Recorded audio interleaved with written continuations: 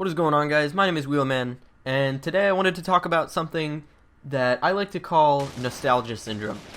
Now, I know this isn't actually a phrase, at least as far as I know. This isn't actually a term for anything, but it is definitely something that I have seen evidence of. I have seen it in people all over Halo games specifically, but just gaming in general.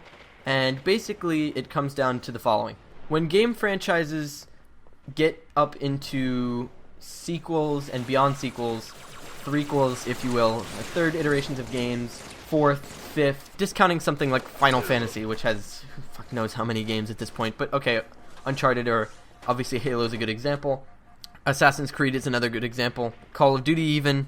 What tends to happen is that people yearn for what they see as the good old days of that game. They want to go back to when the game was more pure, or when the mechanics were better, or where there weren't so many noobs, or something along those lines. It could be anything really, although it usually is involved with game mechanics or something that they find game-breaking or displeasing with new versions of games.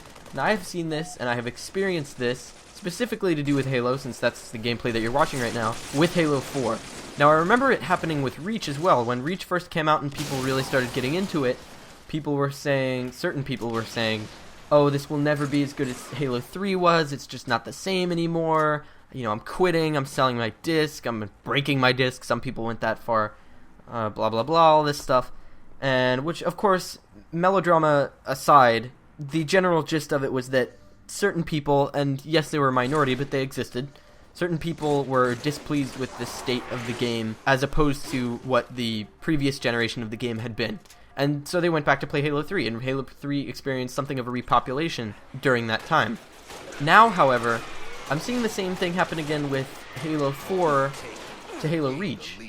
And this includes myself. I have found myself having more fun with Halo Reach than with Halo 4. There are some things about Halo 4 that just the feel of the game in general, and I won't go into specifics particularly in this video. You guys are, again, as always, free to leave a comment below if you'd like me to go into more detail about why I think Halo 4 doesn't have quite the same feel that Halo Reach had. It's not quite as available, if you will, or doesn't give the feeling of being as welcoming or easy to get into as Halo Reach did, to me anyway. Of course, this is my opinion, but I myself am experiencing the same thing. I'm not having as much fun with Halo 4, and I'm probably just going to end up selling the game, but I am finding myself getting back into Halo Reach and having a lot of fun. I mean, a lot of fun with Halo Reach. And here's an example, and I can link this in the description, not to just use this as an excuse to plug one of my own videos, but you can watch this.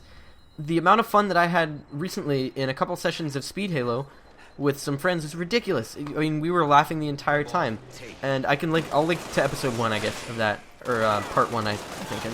It wasn't quite episodic, but the point is that, you know, between custom games and Forge and matchmaking, of course, being the major one, I enjoyed Reach more, and Forge especially. And again, topic for a separate video if you'd like that. If you'd like to hear more about my opinions on Forge World versus Forge Island, go ahead and let me know in the comments below.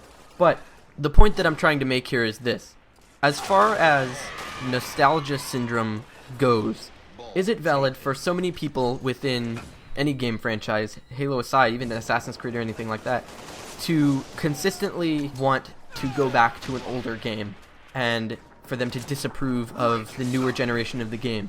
Is this something that is just always going to be a minority of people that have a certain opinion and don't like the new version of the game, and it's a matter of taste or opinion and you can't account for taste and all of that sort of thing?